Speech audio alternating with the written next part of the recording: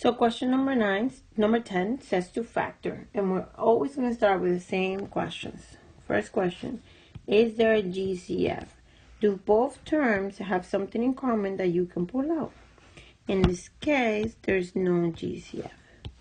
Second question is how many terms does the polynomial has? In this case, it has 2 terms.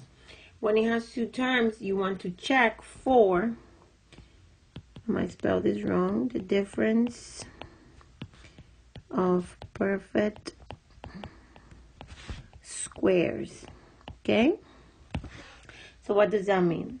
That means that you want to check if the first term is a perfect square, and if the second term is a perfect square, and if they are a negative in the middle. So you have 3 things to check.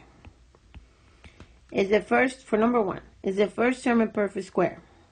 Well, 64. 64 perfect square? Yes. 8 times 8 gives you 64. Y second times y second gives you y4.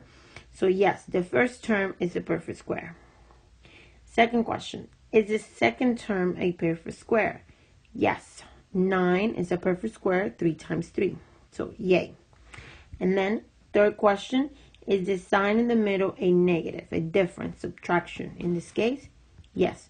Therefore, it is the difference of perfect squares. Okay?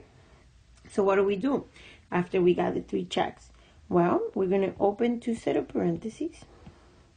Can be plus or minus. Okay? The signs, as long as they're different, it does not matter. And then we're going to write square root of 64 is a. 8 times a, 64. Right on both sides. Square root of y to the 4th is y squared. What gives you y to the 4th is y times y. Y squared times y squared. And then square root of 9. One number multiplied times itself gives you 9. Is 3 and 3. And that's your answer.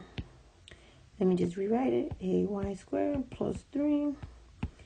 Side parentheses, ay squared minus 3. You could also just say ay squared minus 3, ay squared plus 3. It's the exact same thing. Okay? Both ways are exactly the same.